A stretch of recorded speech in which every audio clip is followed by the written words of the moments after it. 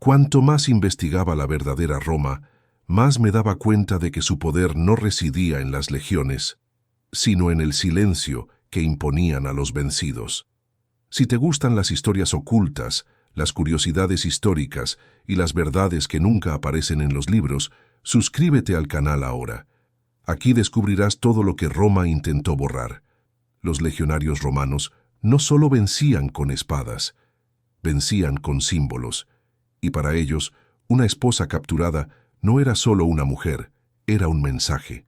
Un recordatorio físico de que el enemigo había sido quebrado desde la raíz.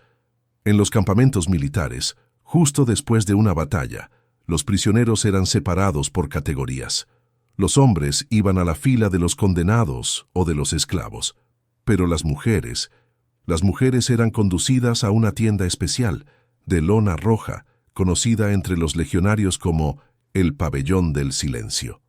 Los romanos lo llamaban así no porque allí reinara la calma, sino porque nadie que entraba salía con la voz igual. El centurión Marco Servilio, veterano de 20 campañas, explicaba a los reclutas que una esposa capturada valía más que un estandarte enemigo. El motivo era simple y brutal. Si un guerrero perdía su tierra, era derrotado. Si perdía su esposa, era destruido. Dentro del pabellón, los escribas anotaban la procedencia de cada mujer, su estatus social, la importancia de su marido y, sobre todo, su utilidad política. Algunas eran jóvenes, otras esposas maduras de jefes tribales, pero todas entendían, al ver los rostros de los legionarios, que la batalla no había terminado con la caída de sus hombres. Los romanos tenían un método calculado para quebrar a un pueblo: tomar a las esposas de los líderes capturados y exponerlas a un ritual público que tenía más poder que cualquier tortura. Era un acto simbólico, insinuado, casi teatral, pero su mensaje era devastador. Primero, un tribuno las hacía desfilar frente a la tropa. Las obligaban a caminar erguidas, sin vender los ojos, para que los soldados evaluaran, no su belleza, sino su valor político. El silencio del ejército durante ese desfile era más cruel que cualquier insulto. Los legionarios observaban en filas perfectas, serios, inmóviles, como si contemplaran tesoros tomados en batalla. Después venía la marca del sometimiento. Un legionario, elegido por mérito, se acercaba a cada esposa con un pequeño recipiente de óleo rojo, manchaba sus muñecas, su cuello o la parte superior del brazo. Esse gesto, tão simples, tão suave, era o sinal mais humilhante que uma mulher poderia receber de Roma, porque significava apenas uma coisa. A partir daquele momento, ela pertencia ao exército, não ao marido, não ao seu povo, mas a Roma. Um toque, uma cor, um símbolo. Mas todos os homens sabiam o que isso significava. E os soldados sabiam que os prisioneiros também sabiam. Os romanos não precisavam cometer diante das multidões o que era proibido registrar em pergaminhos. O duplo sentido, cuidadosamente encenado, fazia o trabalho por eles. Roma toma o que quer, Roma usa o que precisa. Roma não devolve nada ao inimigo. As mulheres entendiam, os legionários entendiam, os prisioneiros, acorrentados a poucos metros, entendiam ainda mais. E foi assim que Roma destruiu nações inteiras sem mover uma espada, quebrando o coração de seus guerreiros através de suas esposas. No entanto, havia um segundo ritual muito mais obscuro, reservado apenas para as esposas de chefes importantes. Uno que não estava nos manuais militares, uno que quase nenhum historiador moderno se atreve a mencionar. E esse ritual empezaba cuando caía la noche. Cuando el sol descendía detrás de las colinas y el campamento romano apagaba sus brasas, comenzaba aquello que ningún senador admitiría jamás. Los legionarios le llamaban noctis disciplina, la disciplina de la noche, aunque no tenían nada de militar. Era un rito social, psicológico, construido para quebrar el espíritu de un pueblo sin derramar una sola gota de sangre adicional. Las esposas capturadas de hombres comunes eran entregadas a los mercaderes de esclavos al amanecer, pero las esposas de líderes, jefes tribales, comandantes enemigos, caudillos locales, eran tratadas de forma diferente. A ellas no se las vendía, no se las trasladaba, no se las marcaba con hierro, se las seleccionaba. El tribuno mayor recorría el pabellón con 2 centuriones.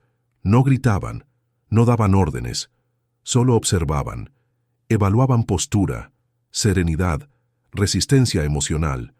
No buscaban belleza, buscaban impacto. Una esposa que pudiera quebrar a un líder enemigo con su mera presencia tenía un valor que no podía medirse en monedas.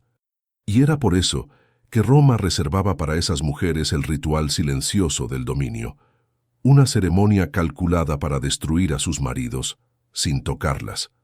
Al caer la noche, las escogidas eran escoltadas fuera del campamento hacia una estructura circular hecha con lanzas, estacas y escudos entrelazados.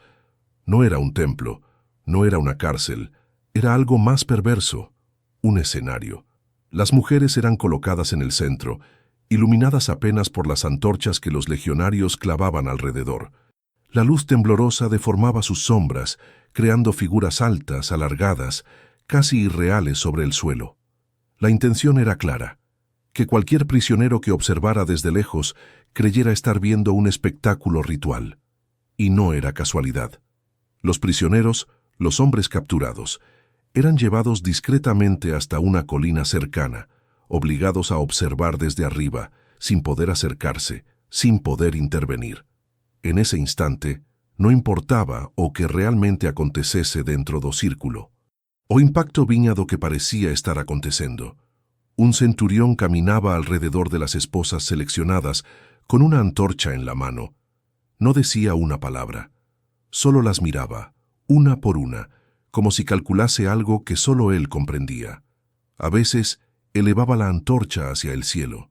A veces la bajaba a la altura del pecho de la mujer. Ese gesto tenía significado. Era la señal que los hombres presos interpretavam como uma sentença. O duplo sentido era tão forte que a cena falava por si mesma, sem que nenhum ato proibido fosse cometido. Roma sugeria. Roma insinua. Roma deixava que o imaginário destruísse o guerreiro. A cada movimento de la antorcha, os prisioneiros reaccionaban com desespero silencioso. Algunos gritaban, pero los soldados los hacían callar a golpes. Otros se arrodillaban. Otros cerraban los ojos, incapaces de seguir mirando. Las mujeres, en el centro, no eran tocadas.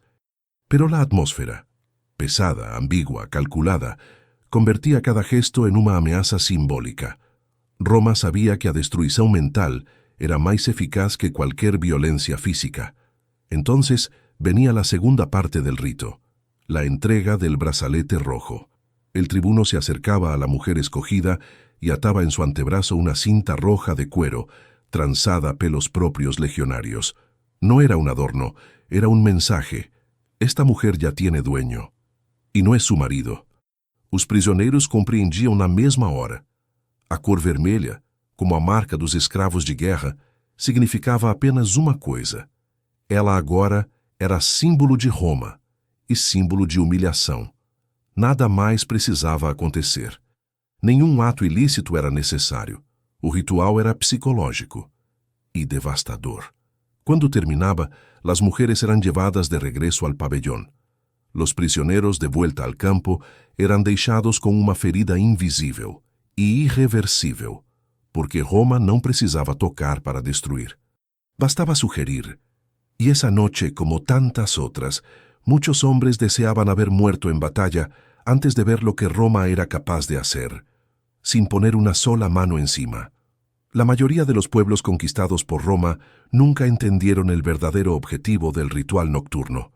Creían que era una humillación momentánea, un espectáculo cruel para quebrar sus corazones. Pero Roma no hacía nada por crueldad. Todo tenía una función militar. Las esposas de líderes capturados no eran simples prisioneras, eran armas psicológicas, armas vivas, armas silenciosas, armas que destruían la voluntad de un enemigo sin que Roma tuviera que tocarlo. El centurión Marco Servilio lo explicaba en sus manuales internos. Cuando tomas la espada de un hombre, él busca otra. Cuando le quitas su casa, él reconstruye. Pero cuando tocas lo que él considera sagrado, él deja de luchar. Y aunque los romanos jamás dejaban registros explícitos de lo que realmente hacían, describían el método con una expresión fría y calculada: possessio sine tactu, posesión sin contacto. Era un concepto que mezclaba política, teatro, sugestión y crueldad. No implicaba tocar, implicaba hacer creer. Al día siguiente del ritual nocturno, las esposas seleccionadas eran conducidas ao centro do acampamento. No las ataban, no las maltrataban. Las trataban, de hecho, con un cuidado sorprendente. Porque el objetivo de Roma no era lastimar esos cuerpos, era lastimar a los hombres que las habían perdido. En el centro del campamento había una plataforma de madera elevada. Los legionarios la llamaban el estrado de la obediencia. Las mujeres seleccionadas subían una por uma. Lá embaixo, centenas de soldados observavam. Longe dali, os homens capturados eram obrigados a assistir. O tribuno levantaba la mano y daba la orden: procede. Entonces comenzaba la segunda fase del ritual, la proclamación pública del nuevo estatus. Un escriba romano leía en voz alta el nombre del marido capturado, su cargo, su pueblo, y al final pronunciaba la frase que quebraba cualquier guerrero: la esposa de este hombre ya no le pertenece, Roma la reclama. No necesitaban decir más, no necesitaban hacer más. La frase por sí sola era um golpe mortal. O duplo sentido era tão brutal que os prisioneiros entendiam imediatamente o que reclamar significava no vocabulário militar romano. Não havia ambiguidade. Mas o que tornava tudo pior era a forma com que a própria mulher era obrigada a confirmar a sentença. O tribuno se virava para ela e dizia: mira-los, que entiendam que aceptas tu destino. A mulher, sob o olhar de centenas, tinha de dar um solo passo adelante, apenas um passo, um movimento mínimo. Mas esse gesto, pequeno, silencioso, obrigatório, significava para os prisioneiros que a ligação entre marido e esposa havia sido oficialmente quebrada e substituída por outra. Roma não precisava tocar nelas. Roma não precisava cometer nenhum ato explícito. Roma só precisava criar a sensação de que algo havia sido tomado, reclamado, usado, mesmo quando, na prática, o ritual era puramente simbólico. Pero el efecto era devastador. Os legionários batiam lanças nos escudos, como se reconhecessem uma aliança selada sem palavras. Os prisioneiros choravam, gritavam, maldiziam os deuses. Los centuriones simplesmente observavam, satisfechos. Ellos sabían que no había arma más poderosa que una humillación que el enemigo imaginaba en cada detalle. Porque Roma entendía una verdad que otros pueblos nunca comprendieron. Lo que el enemigo imagina es más destructivo que lo que tú haces.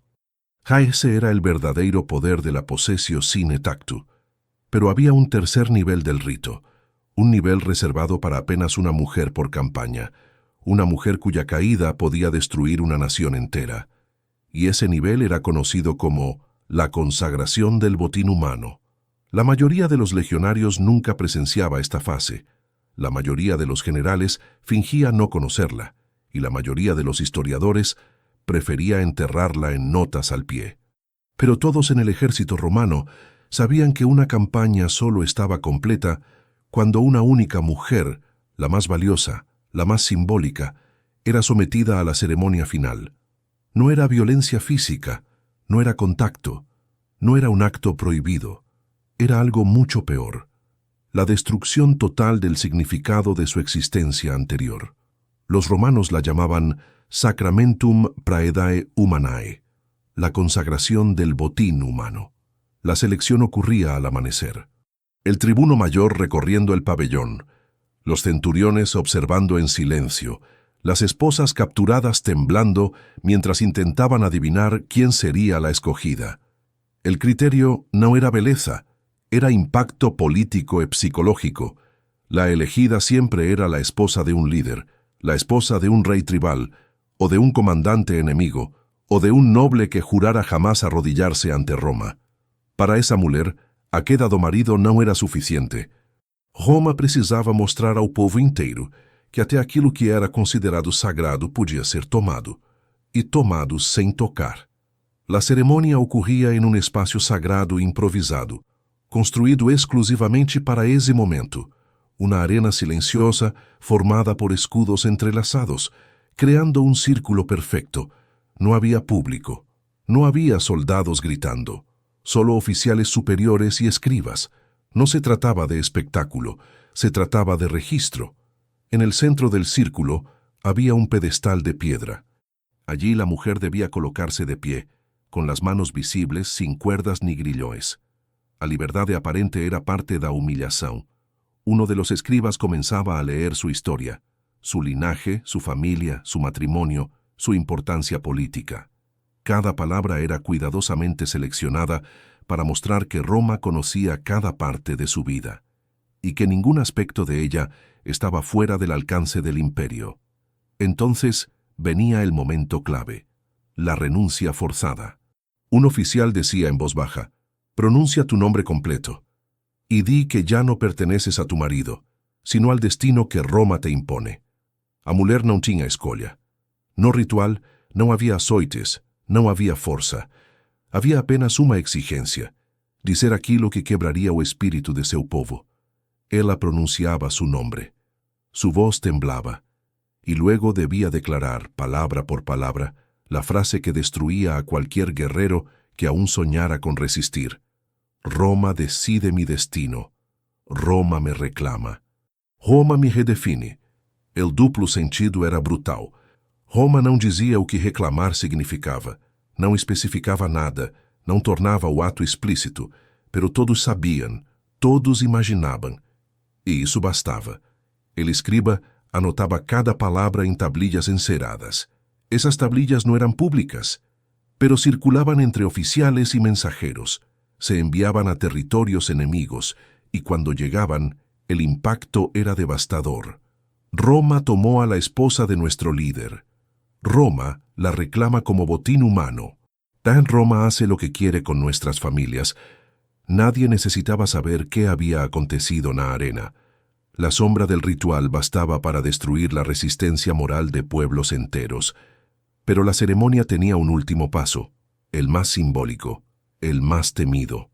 O tribuno se aproximaba da mulher, levantaba su mão, y sin tocarla, sin rozarla siquiera, cerraba el puño frente a su pecho. Era o gesto final, o gesto que selava sua transmutação simbólica. Para Roma isso significava: sua vida anterior está encerrada. Para os prisioneiros que ouviam rumores, significava algo muito mais sombrio, e o duplo sentido transformava cada interpretação em uma nova arma psicológica, e assim terminava a consagração, sem contato, sem ato explícito, mas com uma brutalidade que atravessava gerações. E o que Roma fazia com a mulher depois disso? Essa era a parte que quase ninguém ousava investigar, porque algumas desapareciam. Otras eran enviadas a funciones oficiales, y algunas regresaban a sus pueblos, ya no como esposas, sino como mensajes vivos. Para la mayoría de los pueblos conquistados, perder una batalla significaba pagar tributos, entregar armas, inclinar la cabeza ante el nuevo gobernador. Pero para aquellos cuyas esposas habían sido reclamadas por Roma, la derrota adquiría un matiz mucho más profundo y mucho más personal, porque Roma tenía un método específico para prolongar a derrota. Não manter todas as mulheres cativas, mas devolver algumas. Sim, Roma devolvía ciertas esposas al pueblo enemigo, no por compasión, no por diplomacia, sino porque un mensaje vivo destruye más que un cadáver. Las mujeres que eran enviadas de regreso no eran las que tenían impulsado o ritual nocturno, no eran las marcadas con brazalete rojo, y definitivamente no eran las consagradas como botín humano.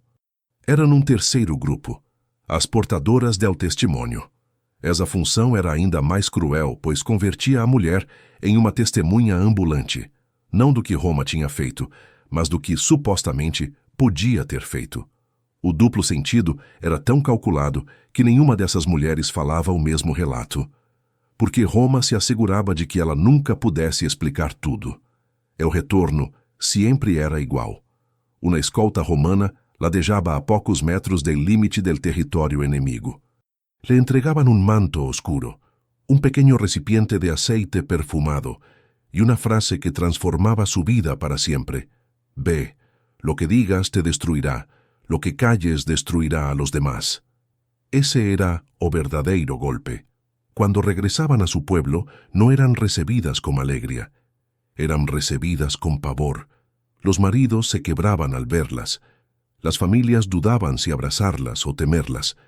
Los ancianos murmuraban que las marcas en sus brazos, porque siempre había alguna marca, mínima, simbólica, un trazo de óleo rojo, significaban que Roma había tomado lo que era sagrado. Pero, a verdade, nadie sabía exactamente lo que había ocurrido. Y eso era precisamente lo que Roma quería, porque uma mulher que havia passado pelo ritual romano carregava o silêncio como arma, a vergonha como sombra, a dúvida como maldição, e olhar que nenhum guerreiro conseguia enfrentar. A própria mulher tampouco compreendia o que realmente acontecera. Roma era especialista em destruir sem tocar, sugerir sem mostrar, ameaçar sem dizer uma palavra. E uma mulher devolvida ao seu povo era convertida em enigma, e o enigma, muitas vezes, valia mais que qualquer violência explícita. Los líderes tribales entendieron rápido o objetivo imperial. Roma sembraba la duda dentro del hogar antes de sembrarla en el campo de batalla. Un guerrero podía resistir tortura, podía resistir hambre, podía resistir a un enemigo armado, pero no podía resistir la idea de que su esposa había sido reclamada, aunque nadie pudiera explicar qué significaba exactamente esa palabra en boca romana. As mulheres devolvidas raramente falaban, y cuando falaban, sus palabras eran fragmentadas. No me tocaron, pero sentí como si lo hubieran hecho. No dijeron nada, pero lo dijeron todo. No fui violada, pero ya no soy mía. Frases assim destruíam uma vila inteira. Que havia algo ainda mais intrigante. Roma devolvia muito poucas, e as demais simplesmente desapareciam. Os registros escavados nos acampamentos romanos falam de mulheres transferidas para outras províncias, supostamente para trabalhar como serventes, acompanhantes diplomáticas ou intérpretes culturais. Mas nunca há continuidade, nunca há registro posterior, nunca há rastros. Era como se o império as engolisse, ou como se fossem usadas para algo mais. E os pueblos conquistados vivían com esse temor constante. ¿Qué hicieron con las que no regresaron? Roma nunca respondió. Roma nunca dejó documentos. Roma nunca explicó, porque la idea de un misterio es uma arma tão poderosa quanto uma espada. E enquanto os povos se perguntavam o destino das desaparecidas, os generais romanos já planejavam o próximo movimento, o ritual dos homens que se negavam a ajoelhar-se. E esse ritual era aún mais oscuro.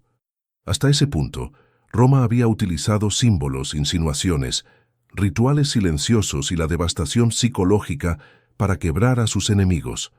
Pero siempre había un grupo de hombres, los más fieros, los más orgullosos, los más peligrosos, que se negaban a arrodillarse incluso después de ver a sus esposas reclamadas, marcadas o devueltas, convertidas en enigmas vivientes. A esos hombres Roma los llamaba irredentos. Y para ellos existía un ritual distinto, calculado para destruir no solo su cuerpo, sino su identidad. Nada de torturas abiertas, nada de crueldades físicas gratuitas. Eso era para bárbaros. Roma trabajaba con algo más eficiente: la vergüenza pública, la inversión del honor, el despojo simbólico. El procedimiento comenzaba con algo aparentemente trivial: la retirada de la lanza. Para un guerrero, su arma era más que un instrumento de combate. Era su historia, su linaje, su dignidad. Los centuriones se aproximaban al irredento y le arrancaban la lanza sin violencia, sin golpearlo. El gesto era suave, civilizado, humillante, porque significaba: no mereces luchar, no mereces morir como un hombre. Luego venía la segunda fase, la exposición circular. Se construía un pequeño círculo de escudos igual que en las ceremonias de las mujeres, pero esta vez o prisioneiro, era colocado no centro. No lo golpeaban, no lo torturaban, no lo encadenaban. Apenas lo dejaban allí, de pie a la vista de todos, mientras los legionarios se formaban alrededor en filas perfectas. En ese círculo, el silencio era absoluto. El prisionero sentía en la piel que estaba siendo medido, pesado, analizado como un objeto que había perdido todo valor. Y entonces aparecía el tribuno con un objeto que los pueblos temían aún más que las cuerdas, un manto gris. Ese manto era, o contrario, da túnica vermelha dos legionarios. Significaba renuncia, ruína, perda da honra. Quando Roma colocava esse manto sobre os ombros de um homem, a mensagem era clara. Deixaste de ser guerreiro, agora és sombra. Pero lo peor no era el manto. Lo peor era la frase que el tribuno pronunciaba mientras lo posaba. Lo que era tuyo ya no te pertenece. Ni tu lanza, ni tu nombre, ni tu hogar. Y todos sabían o que realmente estaba sendo retirado ali, a autoridade masculina que sustentaba seu povo. Pero el golpe final era el más cruel, no físico, no sangriento, sino profundamente simbólico. A una señal del tribuno, el prisionero era obligado a caminar lentamente hacia o ponto donde las esposas capturadas permanecían sob vigilancia. Nada explícito ocurría, nada prohibido se insinuaba de manera aberta, pero el prisionero debía pasar entre ellas. Ese recorrido, lento, silencioso, observado por centenas de legionarios, era más devastador que cualquier ferida, porque a mensaje era evidente. No pudiste protegerlas, no pudiste detenernos. No pudiste impedir que Roma hiciera con ellas lo que Roma decidiu hacer. E mesmo sem saber exatamente o que havia acontecido em cada ritual, o guerreiro entendia o suficiente para que suas pernas fraquejassem. Acompanhava-se esse momento com o toque metálico de lanças batendo nos escudos, como um funeral invertido da honra do homem. E quando o prisioneiro chegava ao final do corredor e era empurrado de joelhos ao chão, Roma dava a sentença final. Ajoelha-te, porque ahora no eres enemigo, eres advertencia. Y con ese gesto, el irredento se transformaba en un símbolo de derrota que viajaría de vuelta con su pueblo, igual que las mujeres devueltas como testimonio. Roma no destruía só pessoas, destruía estructuras, destruía tradiciones, destruía el concepto mismo de resistencia, y una vez que los hombres caían, una vez que las mujeres regresaban marcadas por el silencio y la ambigüedad, solo quedaba una última etapa. La ceremonia que Roma realizaba a puertas cerradas, fuera del campo de batalla. Una ceremonia que convertía todo lo anterior en algo aún más macabro. Y ese era el ritual reservado para los hijos de los líderes capturados. Si algo podía quebrar definitivamente a un pueblo, no era la muerte de sus guerreros, ni la captura de sus esposas, ni la humillación pública de sus líderes. Era lo que Roma hacía con los hijos. Porque para los romanos, un futuro enemigo era más peligroso que un enemigo presente. Y un hijo de líder era una chispa que podía convertirse en incendio. Por eso, mientras los padres eran humillados y las madres eran convertidas en símbolos vivos, los niños eran enviados a un último ritual, silencioso, discreto, devastador. Roma lo llamaba translatio sanguinis, la transferencia de la sangre. No implicaba herida, golpe o marca física. Era un ritual social, psicológico, político. Un proceso que transformaba o destino de una crianza para sempre, sem jamais derramar sangue. El procedimiento comenzaba ao amanecer. Un centurión especial, un custos puerorum, llegaba al pabellón donde los niños capturados dormían. No gritaba, no los sacudía. Apenas pronunciaba una frase suave, cuasi paterna. Ven, Roma quiere conocerte. Los niños, confundidos, seguían. No imaginaban que estaban caminhando para o ritual mais perigoso de todos. Um ritual que não feria corpos, mas apagava identidades. En un sector separado del campamento, los esperaban 3 figuras, un tribuno, un escriba y un soldado sin armadura, usando apenas una túnica branca. El soldado blanco era a peça central. Ele não representava guerra, representava absorção. La ceremonia comenzaba sin discursos. El niño era colocado frente ao soldado branco. Nenhum dos dois se tocaba. Nenhum gesto explícito ocurría. Pero el tribuno pronunciaba las palabras que cambiaban completamente el destino de esa crianza. Este niño ya no pertenece a su padre. Roma lo adopta, Roma lo redefine, Roma lo reescribe.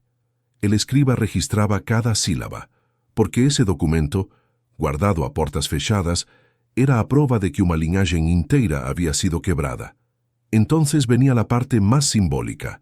El soldado blanco se arrodillaba frente al niño. El niño quedaba de pie, mientras su adulto se ajoelhava. Ese gesto, inversión total de jerarquías, era o que destruía o coração dos pais capturados que escutavam rumores do ritual. Para os povos antigos, ver um adulto ajoelhado diante de uma criança significava apenas uma coisa. A autoridade do pai foi tomada. O lugar do pai foi tomado. A função do pai foi tomada. Roma jamais detalhava o significado concreto de esse gesto. Não decía o que sucederia depois. Não explicava o futuro de esse niño. Pero el duplo sentido era devastador. Porque ¿qué significaba redefinir a un hijo? ¿Qué significaba reescribirlo? ¿Cómo interpretaba un pueblo vencido esa frase? La respuesta era, de la peor forma posible. En cuanto los prisioneros adultos imaginaban horrores, los romanos realizaban la segunda parte del ritual, la asignación del nuevo nombre. El tribuno colocaba frente al niño una placa de cera con un nombre romano escrito. El niño debía pronunciarlo. Uma vez dito, sua identidade anterior era apagada e levada como vitória cultural. E era aí que acontecia o detalhe mais cruel. El soldado blanco se levantava, colocava uma mano sobre seu próprio pecho, pero nunca sobre el niño, e decía, a partir de hoy caminarás detrás de mí, aprenderás mi lengua, aprenderás mis dioses, aprenderás a olvidar. Y así, sin violencia física, Roma executaba a conquista más profunda que una civilización puede ejercer sobre otra, el secuestro cultural, la absorción del futuro, la extinción simbólica de una sangre. Muchos de esos niños eran llevados a otras provincias. Crecían como sirvientes, escribas, intérpretes, auxiliares militares. Algunos regresaban a sus tierras décadas después, convertidos en romanos. E quando seus pais os viam, não reconheciam suas vozes, seus gestos, seus deuses, seu mundo. E essa era a vitória final do império, no conquistar tierras, sino conquistar mentes, no destruir cuerpos, sino significados, no tomar mulheres, sino destruir famílias desde dentro. Ese era el secreto que Roma jamás admitió, y la razón por la cual ningún cronista quiso contarlo, porque el mundo entero habría entendido que Roma no vencía por fuerza, vencía por despojo. La derrota romana no se medía en cadáveres, se medía en silencios, en miradas rotas, en niños que dejaban de recordar su nombre, y ese silencio todavía resuena en la historia.